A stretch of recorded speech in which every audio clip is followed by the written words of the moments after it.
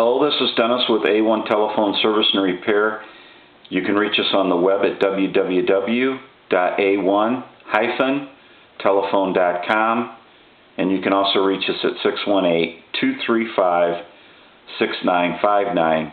Today I want to show you Jeff's telephone from Missouri, and this is an AT&T model number 1818, and this is a telephone with an answering machine, and it's also a speaker telephone. So basically on this telephone, when Jeff sent this telephone in or brought it in, this telephone would not hang up. It would seize the line and it would never release the line, and it would never hang up. So basically what I'm going to show you here real quick is I'm going to go ahead and plug the telephone in, and you can see that it's got the line seized. No matter what you do to the telephone, it never hangs up. And so basically I have this telephone all apart. You're going to see a bunch of parts here, the batteries that go in it, the backup batteries. We've got the power supply plug. We've got the line cord. And you kind of get 2 for 1 today. I'll show you some things over here. This is a half circle needle and some septic powder. And you're probably wondering, well, you know, what's that got to do with electronics? It doesn't really. You just kind of get 2 for 1 today. Here's some super glue, and that's a part of the needle over there, and the septic powder. But anyway, basically, since this telephone won't, you can't hang it up, I've been doing this long enough to know that it's basically a power surge that has hit this telephone, and I wanted to go ahead and go into it and troubleshoot it. And we have a replacement transistor here. Try to give you a look at this transistor, and we still have the original in the telephone. And so what we're going to do here is I'm going to go ahead and flip this board around and kind of give you a look at the main PC board. And on this main PC board, on the back of it, what I have is the transistor that I have found to be bad in my troubleshooting, and I connected it on the back of the board because what you want to do with these components is you can do a quick check and see what's going on with them. And if you have some of them that are in question, you can take them. You need to take them out of the circuit to check them. And so I took this one out of the circuit, and sure enough, it showed a dead short in circuit and out of circuit.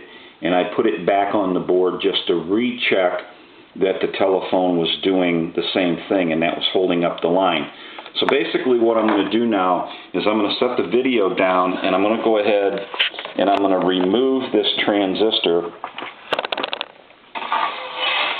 And I want to clean up the solder points so that we can get our new component back in.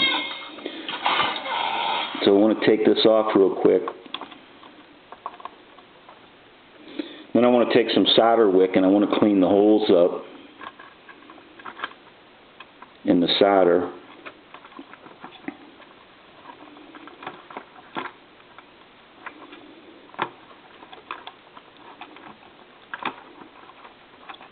Make sure I get the holes cleaned up. Now another thing that you can do, and you thought these were these safety pins were just for sewing, and that's not so.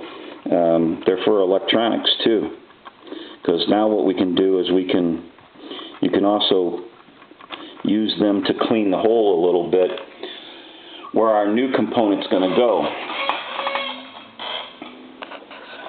Now what I want to do here real quick is I want to show you this this transistor, and I want to put it on the checker.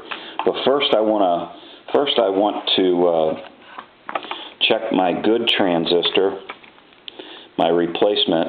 I want to put that in line.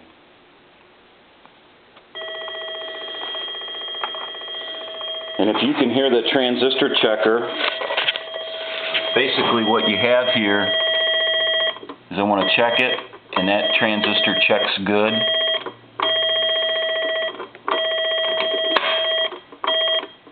It's probably a lot of glare from the sun. I want to disconnect this transistor, and we want to put it to the side, and I want to take the old transistor, the bad one, the shorted one, and I want to put it on the analyzer, and it doesn't even read. It doesn't read whether it's a PNP or an NPN, and if you can see, it just shoots the needle across on both settings.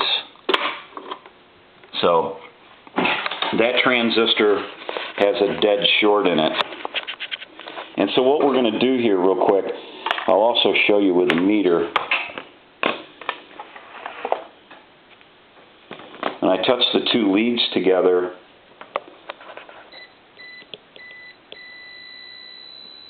shows a dead short. Now I'm going to go ahead and test the leads with a transistor.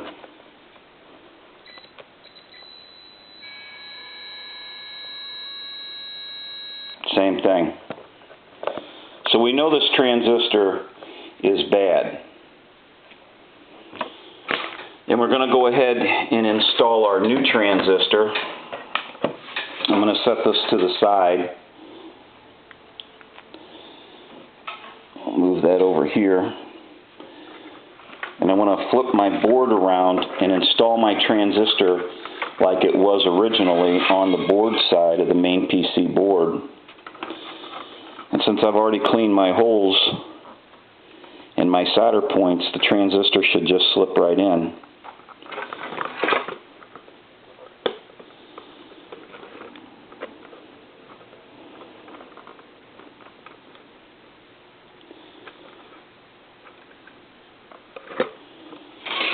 Take a look at that real quick and make sure it's where I want it when I solder it. Go ahead and clean my soldering gun a little bit.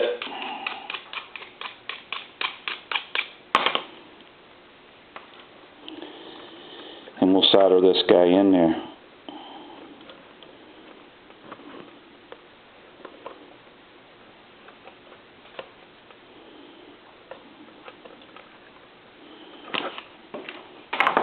Now you don't always have to do this, but I like to check all my solder and kind of go through it and make sure it's good. And we don't have any crossover to any other solder.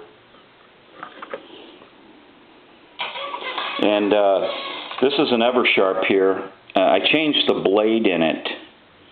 And I use this Eversharp and different Eversharps every day, basically, in electronics. And this one has a new blade in it. And every once in a while, you kind of forget that you put a new blade in it, and you kind of treat it the way you would if it was dull. And what I'm going to show you a little bit later here is I opened my thumb up here from about here to here, about 3/4 of an inch, maybe an inch, and opened it up pretty good. And so you got to be careful with your tools. You know, I'm used to using the old ones that are kind of dull, and when I put this on here, basically what happened was I was treating it like it had an old blade in it, and it laid my thumb open. And what I want to get to in the super glue and the powdered Steptic. Now this is good stuff. I'm going to show you this real quick. This is the powder Steptic, and you can get this at pet stores, and it stops the bleeding. And basically it's for animals when you trim their toenails and things like that. It's powdered Steptic, and it's really good stuff. It's anywhere from $7 to $9, and it's a good idea to have some of this around for any occasion. And in the old days, now I've sewed myself up because I don't really have time to go down to get stitched up and get some kind of staph infection. So in the old days, I always used my trusty old half-moon needle here, and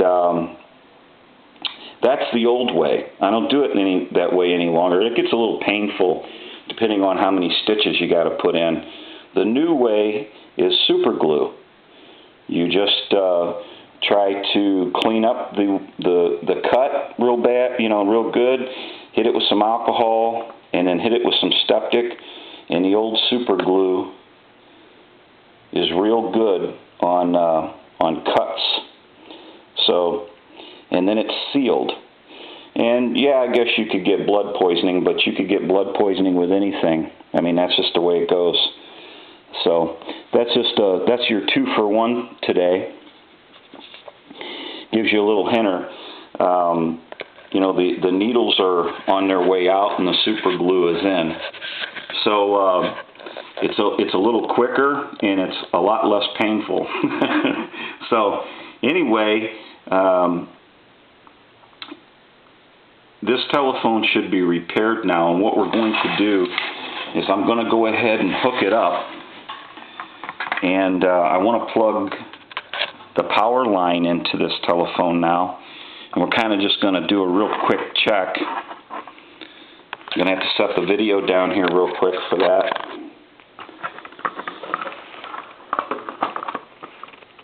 I want to get my power cord in.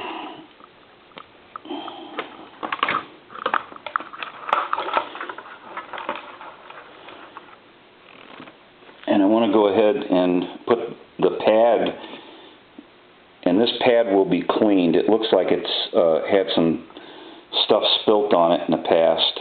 We'll get that cleaned up too. But when you do that, if you cut yourself or something and you don't have time to get it taken care of, and you take care of it yourself, you can get right back to work. And I don't have time to be playing around. I have to get right back to work. So we're going to go ahead and plug the telephone in now. And as you can see, it sees the line. So let's take the hook switch and hang the hook switch up. And now it just hung up. So we know that our transistor was the problem here. Sees the line. I just hung up. Sees the line. I just hung up. I'm going to ring the telephone.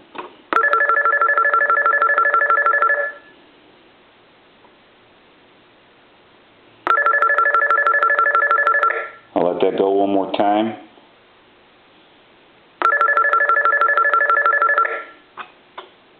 I'm going to dial some numbers.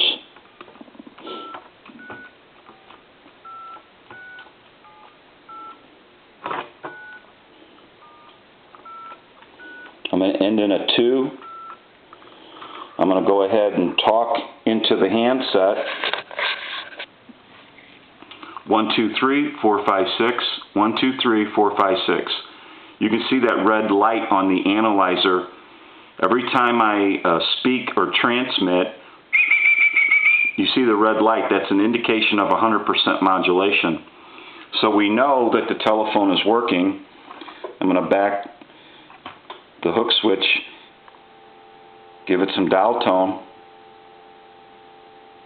Now what I want to do is I want to throw the telephone over into a regular line, give you some dial tone, and I want to dial a time and temp number here real quick. Wrong. There we go.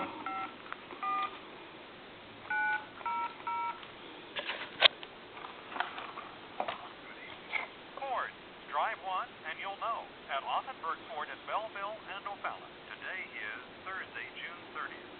The time is 6:29. Current temperature 97 degrees. Now the weather forecast for the Belleville area.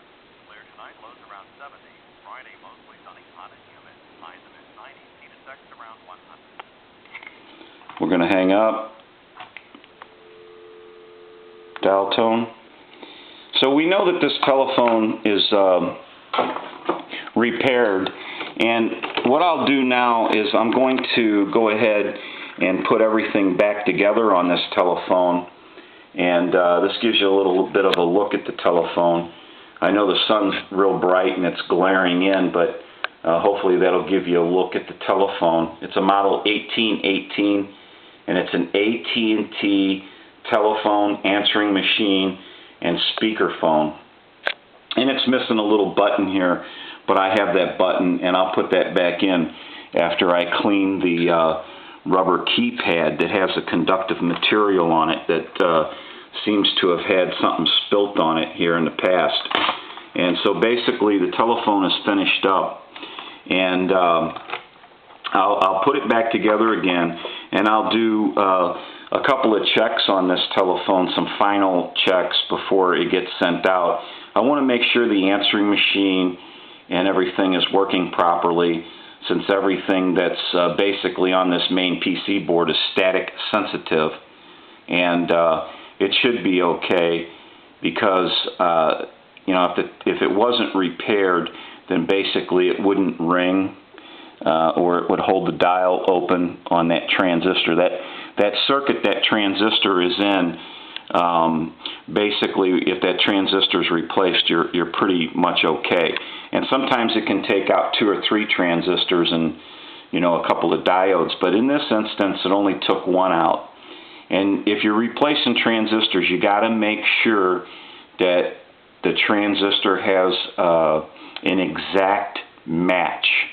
You don't want to, you know, run a number on a transistor and then put one that's missing a number or a letter, because you could be putting the wrong transistor in. So you always got to stick with an exact match. I'm going to go ahead and ring the phone.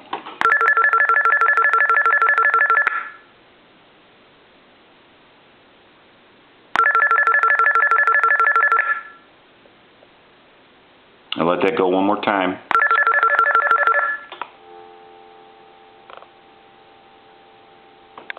So we know now that the telephone is in working condition, and everything is fine with it.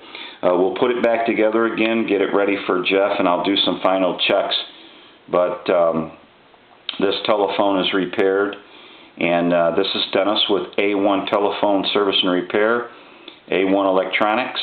You can reach us on the web at www.a1-telephone.com, and you can also reach us at 618-235-6959.